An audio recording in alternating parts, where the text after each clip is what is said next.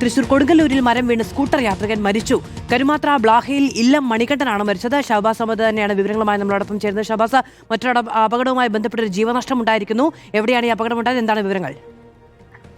മാധു, ഇന്ന് രാവിലെ 9 മണിയോടെയാണ് ഈ അപകടം ഉണ്ടായിരിക്കുന്നത്. കൊടുങ്ങല്ലൂർ ശ്രീനാരായണപുരം പോഴങ്കാവിലാണ് മരം കടപുഴകി വീണത്. വലിയ മഴ ഇന്നലെ രാത്രി മുതൽ തന്നെ തൃശ്ശൂരിൽ തുടരുന്നുണ്ട്. അതിന്റെ ഭാഗമായി ഈ മരം ദ്രവിച്ചുകൊണ്ട് കടപുഴകി വീഴുകയാണ് ഉണ്ടായതെന്നാണ് മനസ്സിലാകുന്നത്. കരുമാത്ര ബ്ലാഹയിലെത്ത മണികണ്ഠനാണ്. രാവിലെ 9 മണിയോടെയാണ് സംഭവം. ശ്രീനാരായണപുരക്കുളം ക്ഷേത്രത്തിലെ ശാന്തിക്കാരനാണ് മണികണ്ഠൻ. ഈ ക്ഷേത്രത്തിൽ നിന്ന് മടങ്ങുന്ന വഴിയായിരുന്നു ഈ അപകടം ഉണ്ടായത്. 9 മണിയോടെ പോഴങ്കാവ് ഭാഗത്തേക്ക് എത്തിയപ്പോൾ ഈ ദ്രവിച്ചു നിന്നയിൽ മണ്ണ് ദ്രവിച്ച് ഈ നനഞ്ഞുകൊണ്ട് ഈ മരം കടപുഴകി വീഴുകയായിരുന്നു. റോഡരികിലെ വാഗമരമായിരുന്നു ഇയാൾക്ക് മുകളിലേക്ക്, സ്കൂട്ടർ യാത്രികനായ ഈ മണികണ്ഠന്റെ മുകളിലേക്ക് വീണത്. ശ്രീനാരായണപുരം പടിഞ്ഞാറെ വെമ്പല്ലൂർ റൂട്ടിലായിരുന്നു ഈ അപകടം ഉണ്ടായത്.